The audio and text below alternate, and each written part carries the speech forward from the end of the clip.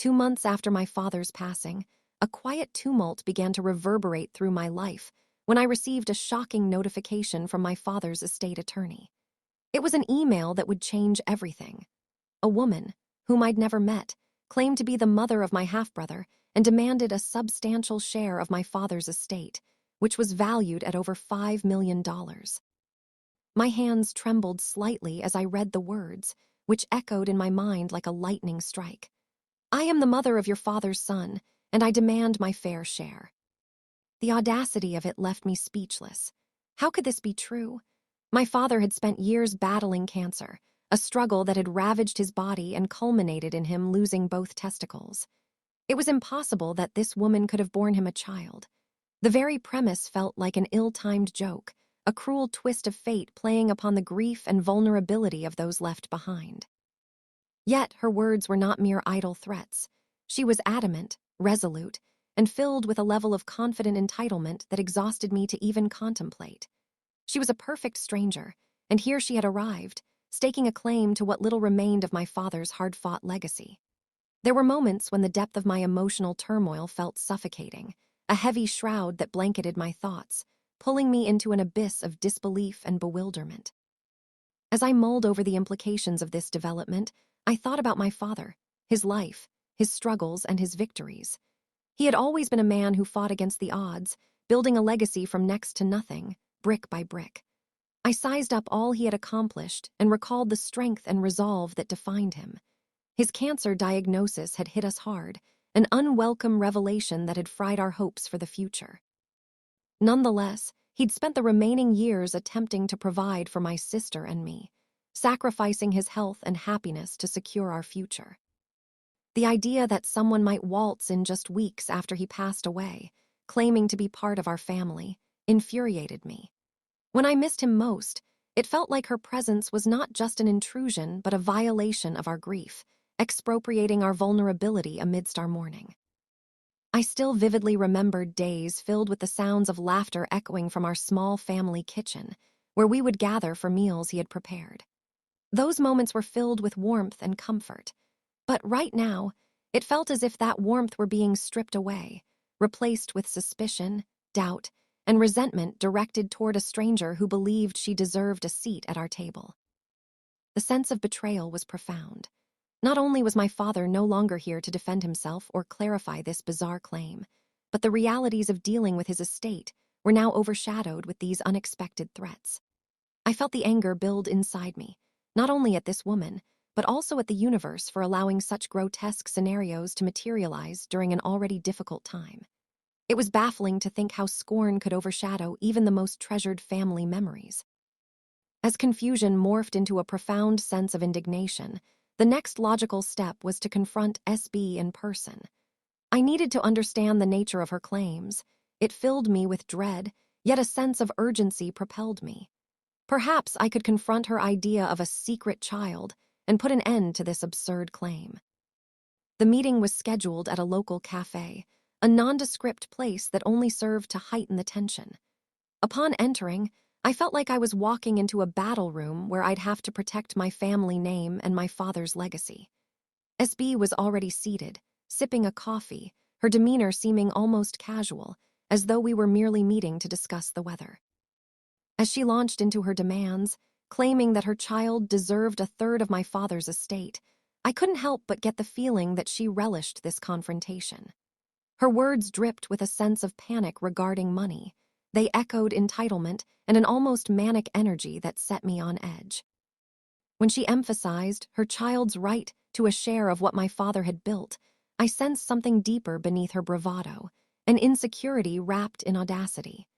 I felt the overwhelming desire to expose her deceit for what it was, a desperate attempt to prey on my family's grief.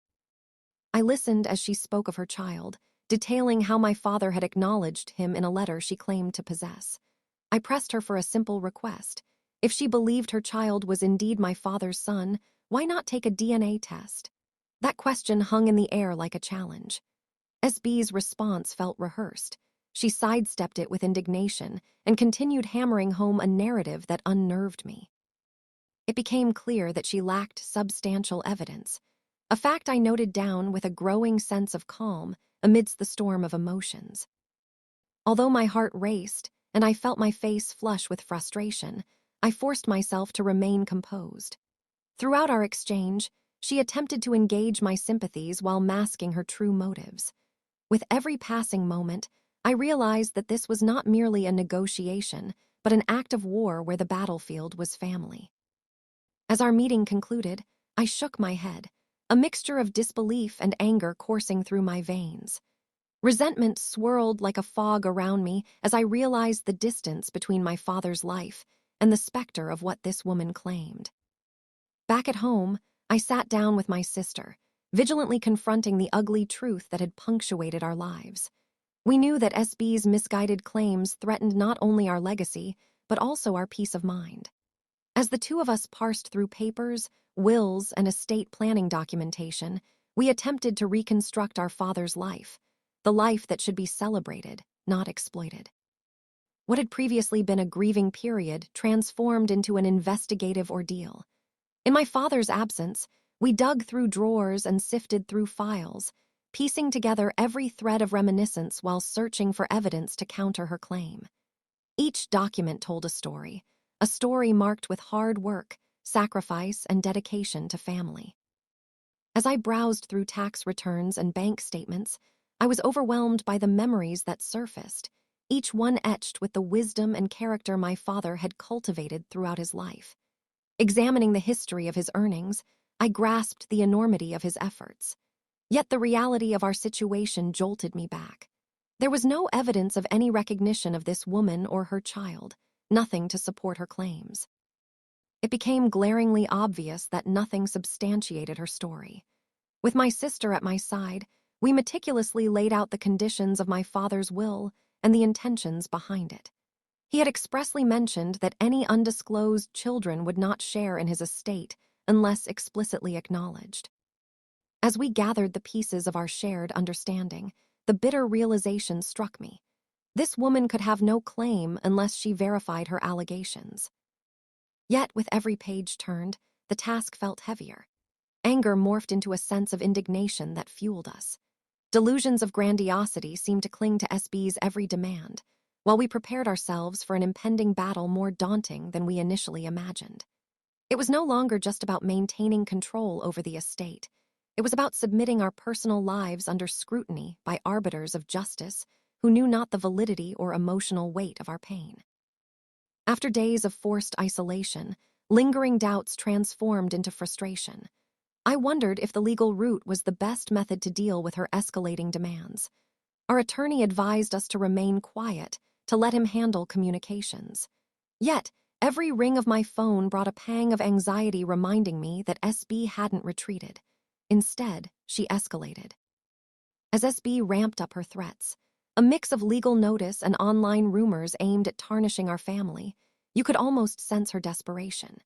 She circulated accusations that fueled her wrath against my family, portraying us as greedy heirs devoid of compassion and plagued by entitlement ourselves. The sheer audacity was astounding, but it deepened my determination to reclaim our narrative. While SB sought to incite public pity, the emotional turmoil was beginning to take its toll.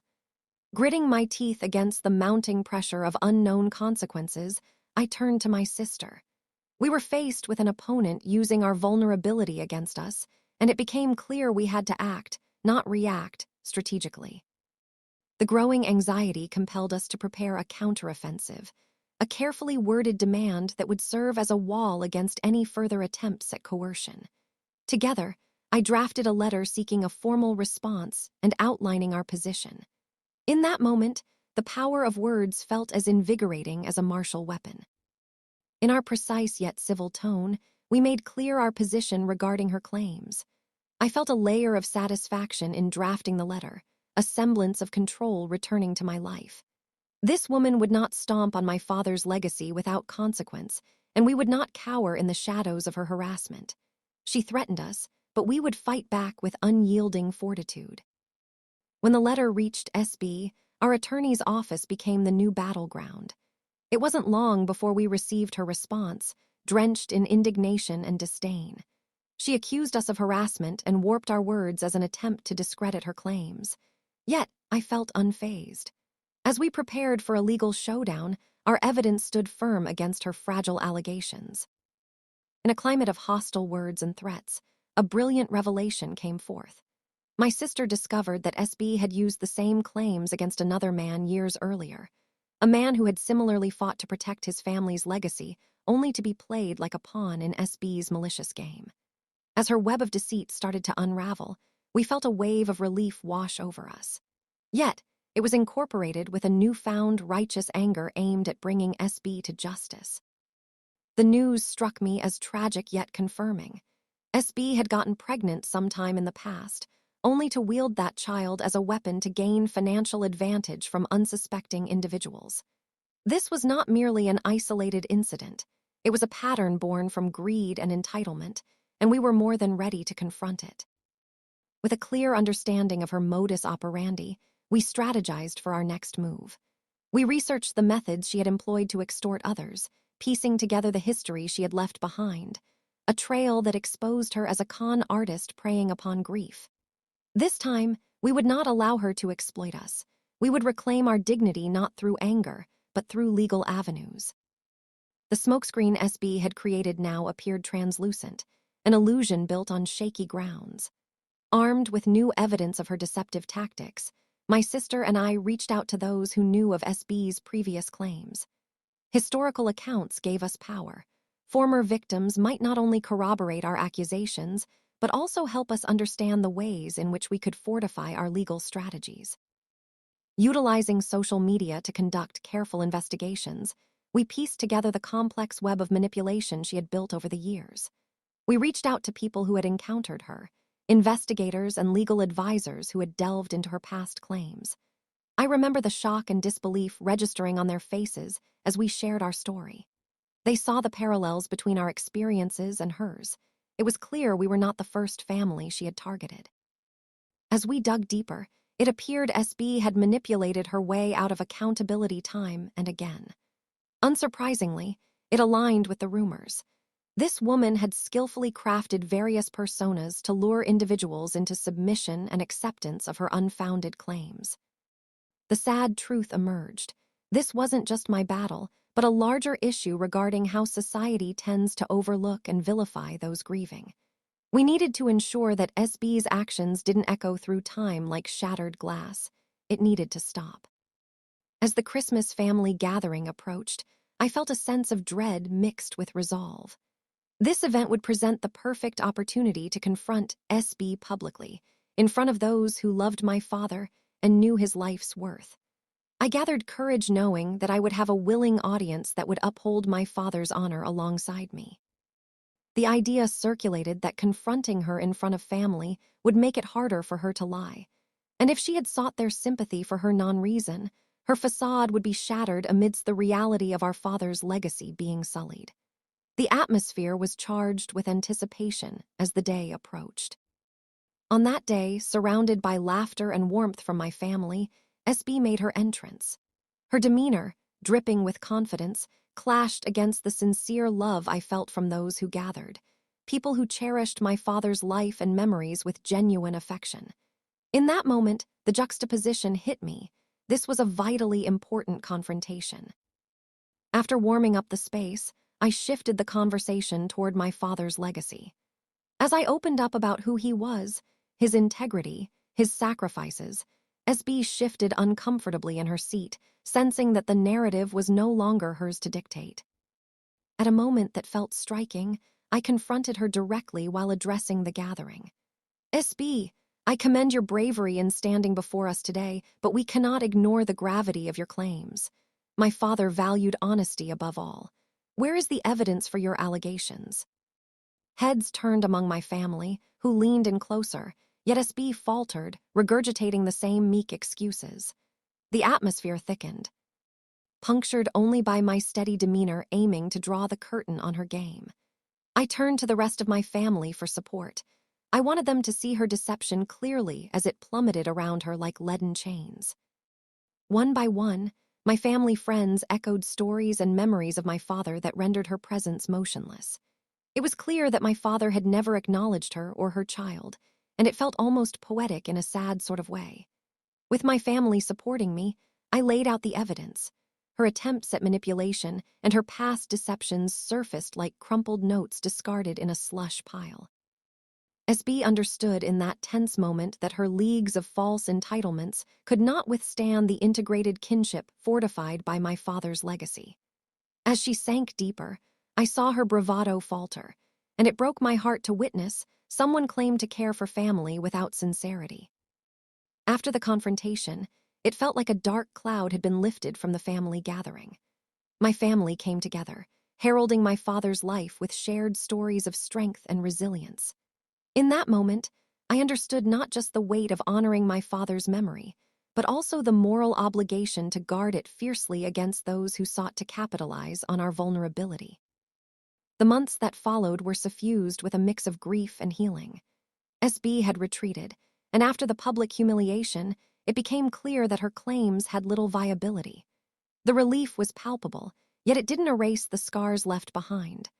My sister and I spoke with each other regularly, remembering the lessons our father taught us and sharing aspirations that lived within us. By grounding ourselves within those memories, we found comfort, developing our newfound purpose to advocate for those victimized by similar circumstances. Quiet evenings at home turned into reflective discussions about him. I reminisced about my father's tenacity, sharing stories about his relentless optimism amidst battles. Every tale painted not just a portrait of the man he was, but illuminated a beautiful legacy that we could pass down. Through this turbulent phase, I also began to channel my emotional journey into activism, using our story to raise awareness about fraud and the victimization that can occur during grief. Speaking engagements and community discussions opened new pathways to memorialize my father in ways I had never anticipated. The more we shared these stories, the more we uncovered a hidden truth.